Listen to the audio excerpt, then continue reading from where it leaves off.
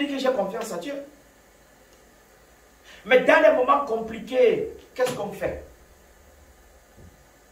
Écoutez, Paul a appris à aimer Dieu. Paul et Silas, ils ont appris à faire confiance à Dieu. On leur a mis des chaînes partout, des cercles là, que vous entendez là, des chaînes. On te tire, on te jette dans la prison. On se moque de toi. On te fouette correctement d'abord. On te tabasse correctement. Imaginez qu'on nous prenne là maintenant, là, on tape.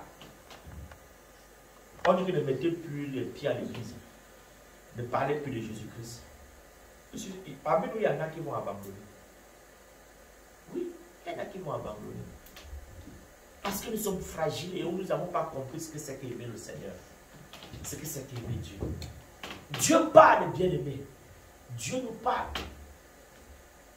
Le découragement dans des domaines spécifiques. Pourquoi le découragement? Pourquoi à un moment de notre vie, le zèle diminue? Mais Paul pouvait s'accrocher là-dessus et laisser fuir son zèle. Et commencer à se lamenter sur lui-même ou bien régner Dieu. Oui, c'est possible, bien aimé. Quand nous passons par des situations difficiles, il y a beaucoup de choses qui passent par la tête. Hein. Satan profite pour bombarder le cerveau. Hein. Imaginez un instant que Paul, dans cette situation-ci, il sait qu'il va mourir. Il sait qu'on va le tuer. Il n'a aucune chance. Mais la Bible dit que à minuit, à 0 heure, au lieu de rester, pleurer, pleurnicher, dire ouais, prendre, appeler les gens, demander le secours gauche à droite, comme nous avons toujours l'habitude de faire, quand il y a un souci, il faut appeler toute la République, on va appeler toute l'Afrique, on parle, on fait des parents, on fait ceci. Non, ce n'est pas l'attitude qu'il faut avoir quand nous sommes dans des moments compliqués. Non, bien-aimé, ce n'est pas l'attitude. Quand tu es dans les moments difficiles, frère, mais appelle le Seigneur. Trouve le chemin qu'il faut pour toucher le cœur de Dieu. Ce n'est pas en appelant ton frère et ta soeur que tu auras la solution. Jamais de la vie. Ils ne sont pas Dieu. Tu es en prison, tu crèves. Tu cherches même que... Parfois même on peut appeler même celui qui a des problèmes plus que nous pour dire résoudre nos problèmes. Ce n'est pas la malchance. Tu es dans une situation moins compliquée. Il y a quelqu'un, parce qu'on a dit un petit truc, tu commences à paniquer. Il y a l'autre là-bas, ça passe, c'est la magie. Au lieu de te concentrer et chercher Dieu, tu peux encore poser ton pouvoir à quelqu'un qui, pour lui, c'est le higher level. Oui, c'est ce que nous faisons en plus. Et nous avons le téléphone qu'on a aujourd'hui là. On croit que c'est trop bon, il y a trop le mauvais côté du téléphone. Hein. Bien sûr, frère. Le téléphone que nous avons là, des iPads, des iPhones, tout ce que nous avons là. Mais faisons attention. Hein. Faisons attention. Savoir vraiment comment gérer ça. Savoir comment utiliser vraiment ça. Oui. Comment gérer cette situation. Comment gérer ces moments. Comment gérer les difficultés. Oui. Ça, c'est aussi savoir comment. Ça nous amène à comprendre que même là-bas, là, on ne sait pas le Seigneur quand tout est rose. On aime aussi le Seigneur quand il y a des difficultés. Comment tenir face à ça? Je nous garantis, c'est vrai qu'il faut le faire, ce n'est pas facile. C'est facile pour qui? Ce n'est pas facile pour quelqu'un. Mais Dieu dit qu'il est le seul moyen, il est la seule personne sur qui il faut s'appuyer pour trouver la solution. Oui. Frère, remarquez, le plus souvent quand tu as des difficultés, tu appelles toute la République, tu racontes, tu as la solution. Après, on prend ton problème, on commence à se moquer de toi. Vous connaissez comment les êtres, c'est quelque chose de naturel. Les êtres, tu dis que tu as des soucis. Tu as des soucis. Après, tu commences à appeler quelqu'un, tu lui racontes. Lui, la personne a aussi appelé d'autres personnes raconter. Ça fait toute la chaîne et c'est toute la République qui sera au courant. Après, maintenant, là, demain, c'est ton problème qu'on prend. Ça devient l'histoire de tout le monde. Mais pourquoi tu avais commencé comme ça? Mais le Seigneur veut qu'on revienne à lui. Le Seigneur veut qu'on revienne à lui. Jésus veut qu'on revienne à lui. Jésus est là. Il est notre avocat devant le Père. Il veut qu'on s'appuie vraiment sur lui. Que nous prenions vraiment la force sur lui pour faire n'importe quoi. Oui, c'est d'abord lui. et il nous donne des directives. C'est lui-même qui va nous dire la personne qu'il faut appeler, la personne qu'il faut joindre, la personne avec qui il faut causer. C'est Jésus qui nous dit, frère, c'est comme ça. Tu ne dois pas abandonner Jésus pour ta femme ou pour ton enfant. Jamais de la vie. Jamais de la vie. Écoutez, la femme même dans l'ordre divin, quand Dieu crée l'homme et la femme, elle arrive en 4e position. La femme est en 4e position. 3e, 4e position, parce que la première responsabilité que Dieu donne à l'homme, c'est le travail. Oui, quand il crée l'homme, il n'a pas dit que va te marier. Il a dit, occupe-toi de la terre. Il disait, Genèse. C'est ce qui donne à l'homme.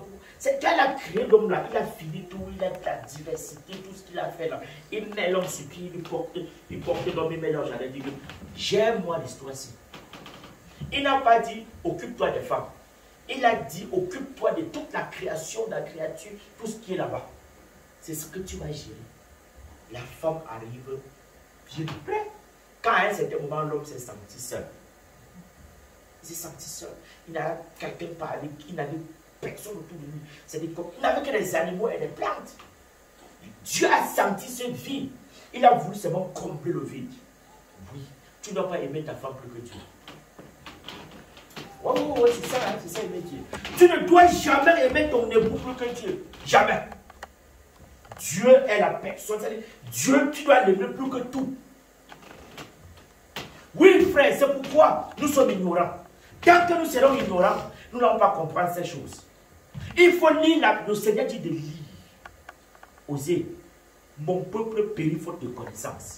Oui, quand nous sommes vides de la connaissance de Dieu, on ne peut pas aimer Dieu. Comment aimer Dieu quand tu ne comprends pas? Quand tu ne cherches pas ce qui te parle? C'est ça, aimer Dieu. C'est d'aller lire la parole de Dieu. Lire pour comprendre ce qu'il fait de nous. Oui, frère. Et quand c'est compliqué, quand ça ne marche pas comme nous souhaitons, quand les choses ne vont pas comme nous voulons, mais comment agir?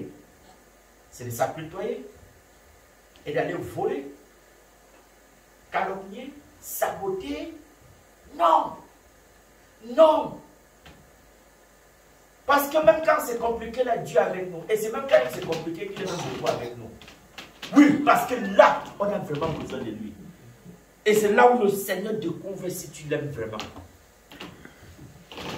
C'est vrai, frère. Ça paraît difficile. Mais nous devons garder le cap. Reste ferme. C'est ça. C'est ce que Dieu attend de nous aussi. Nous aimons quand c'est rose. Tu arrives, on te bénit. Tu arrives, on fait ceci, les miracles par-ci, par-là. Mais servir vraiment Dieu, c'est où? C'est ce que les hommes aujourd'hui, dans les églises, on met la main, tout le monde tombe. On met la main, le pasteur fait ce moment, tout le monde. C'est pas le spectacle. Parfois, c'est le spectacle. Il y a trop de spectacles aujourd'hui. Le pasteur fait ça, les gens, il y a même 10 millions de personnes qui tombent là-bas. Il fait le bluff. Ça peut être vrai, mais il y a beaucoup de spectacles aujourd'hui. Des trucs concoctés, arrangés. Les hommes sont à l'église aujourd'hui pour les miracles, pour ce qui va plaire à la chair. C'est bien, mais ce n'est pas complet. Même quand ce n'est pas bon, c'est bon. Jésus, à la veille de sa mort, on a tapé, non? On a fouetté. Mais est-ce que Dieu n'était pas avec lui? Dieu était avec lui, non? Il est parti jusqu'à dire à Dieu que papa, si c'est possible, éloigne-moi cette coupe, non? Qu'est-ce que Dieu a fait? Dieu a dit que mon fils, c'est le chemin par lequel tu vas passer pour la rédemption. Il est resté, non? Mais est-ce que Jésus a fui? Est-ce que Jésus n'a pas fait face à ce challenge? Il l'a fait. Alors pourquoi quand c'est nous, nous fuyons? Pourquoi quand tu as une petite responsabilité dans la maison de Dieu, tu abandonnes? Pourquoi nous ne comprenons pas que, ne voyez pas seulement l'échelle trop grande, hein? Même au petit niveau là, qu'est-ce que nous faisons en tant que serviteurs de Dieu, servants de l'Éternel dans sa maison? Si Dieu arrivait aujourd'hui et disait que, qu'est-ce que tu fais pour moi? Nous allons répondre que quoi? Oui, c'est dans le travail de l'Éternel, de Jésus-Christ.